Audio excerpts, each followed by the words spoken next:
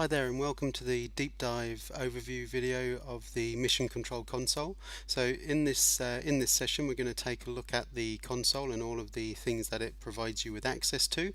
We're going to cover this off in both Classic and Lightning. So if you are interested in looking at the Lightning version, please feel free to forward to later in the video.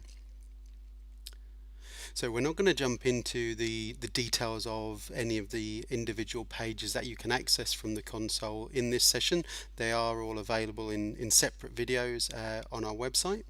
So what we'll do is get started by just explaining that the console is our command center. It gives us quick launch access to all of the key parts of Mission Control.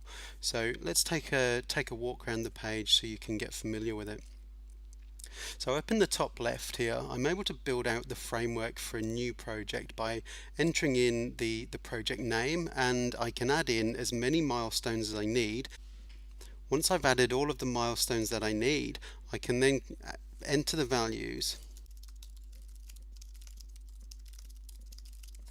Once I've added all the values, I can click on create, and what that will do is go away, it will create the project record, and it will create all 3 milestone records, and then it will drop me onto the project record so I can put in some more details such as my financial settings and budget, etc. Alternatively, rather than creating a new project from scratch like I am here, I can select any existing project and do a deep clone. So if I want to actually take a copy of an existing project including the milestones and the actions, I would select it from this list, click on clone, and then that would take me to the deep clone page. Underneath that, we get the ability to create a new role. Now the role is a person that's going to be a resource on a project that we can assign ownership of actions to. So that role record can be linked to either a user or a contact record, and against each role you can assign those people to teams and to skills, so you can build up an overall skills profile for each individual resource, and that becomes helpful when you're looking to assign ownership of actions. You can filter down and find the people with the right skill set. Carrying on down the page, we get access to our timesheet and our expense log. Now there are a number of ways of logging time and expenses throughout Mission Control, and again they're available in other videos. But the 2 main ways are the timesheet and the expense log, so we're giving you quick access to those here.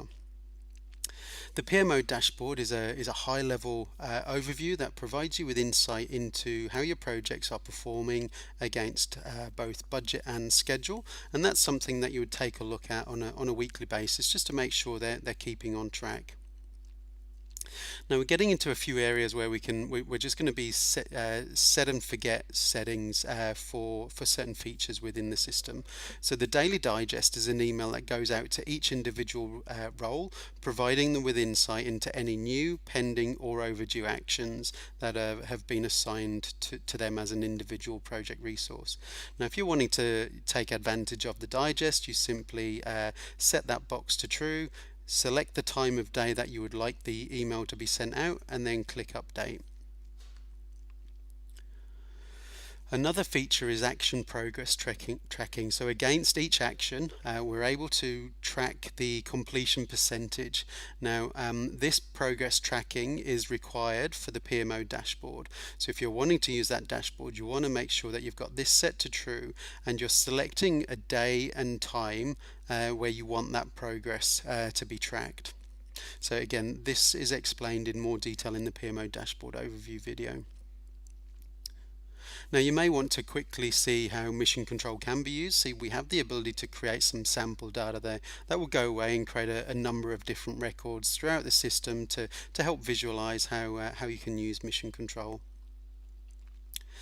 Now down on the bottom left here, we've got a number of settings relating to our invoicing credit note feature. So here we can specify a couple of processes that need to run if we're going to want to be generating invoices, and we can also control the settings that will appear on the actual PDF templates. Up in the top right, I can see a list of any of my active projects, so I'm able to jump through and I can select a particular project. I can go through to the project overview, which is a page that provides us with 360-degree visibility of an entire project, so we can see the milestones, the actions. There's an embedded Gantt chart on there, including a burn down chart, risk matrix.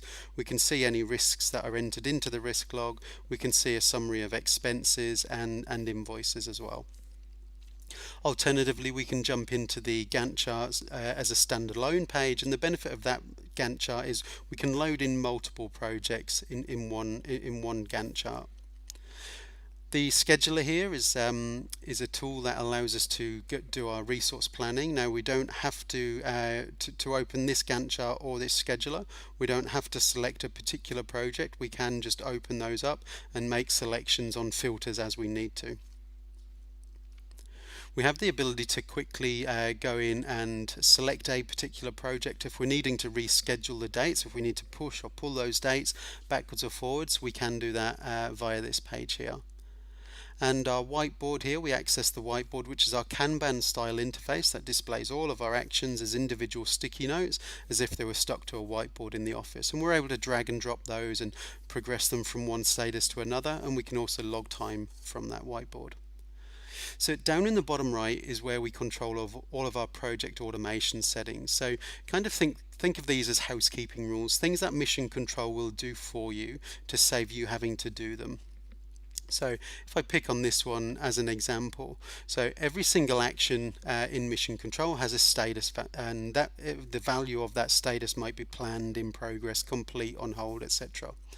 Now, if we go and log time against that action and it has a status of planned, in the background a process will run in Mission Control that says you must be working on this action now because you've just logged time. So what Mission Control will do for you is update the status of that action from planned to in progress to save you having to do that. Now, each one of these performs a similar automated function in Mission Control, and they're all explained here. Now, you can, if you want to, disable any one of these functions, and you do that by simply checking the box and clicking Update. Now, we don't necessarily recommend you disable these because they do just keep your data up to date for you in the background to save you having to do it, but you do have the ability to disable those. So that's the Mission Control console in Classic. Now let's jump into Lightning Experience and take a look at it there.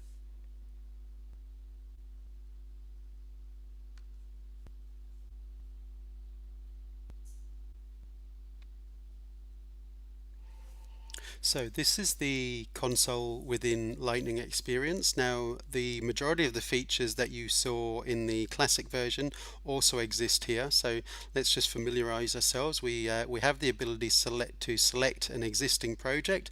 We can jump into the project overview page. We can access the deep clone page. We can also immediately select a project here and jump into the Create Actions page if we're looking to add new actions onto a project. We have access to the rescheduling page, and we can also jump into the Gantt chart or the scheduler. Now, within Lightning Experience, we also have this navigation console where we can jump into key pages such as the resource capacity planning scheduler, the creating new roles, accessing the timesheet, the expense log, the PMO dashboard, or the Kanban whiteboard.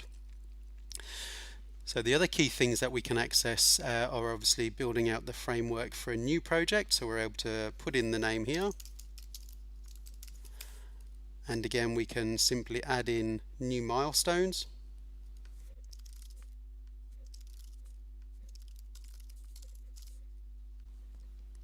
Now that's ready to be created, and again that will take me to the project page. Once it's been created, the 3 milestones will all get created, and then I'll be able to access the project to add in more detail. I still have access to scheduling the daily digest, scheduling the action progress tracking, and then over here on the right hand side I have access to all of the automated settings, those housekeeping features that we've just covered off in the classic version. So the key things that aren't accessible from the Lightning console are the billing event settings and the ability to create the sample data. Now, if you are wanting to use either of those two features, we recommend just jumping back to the Salesforce Classic console for those features.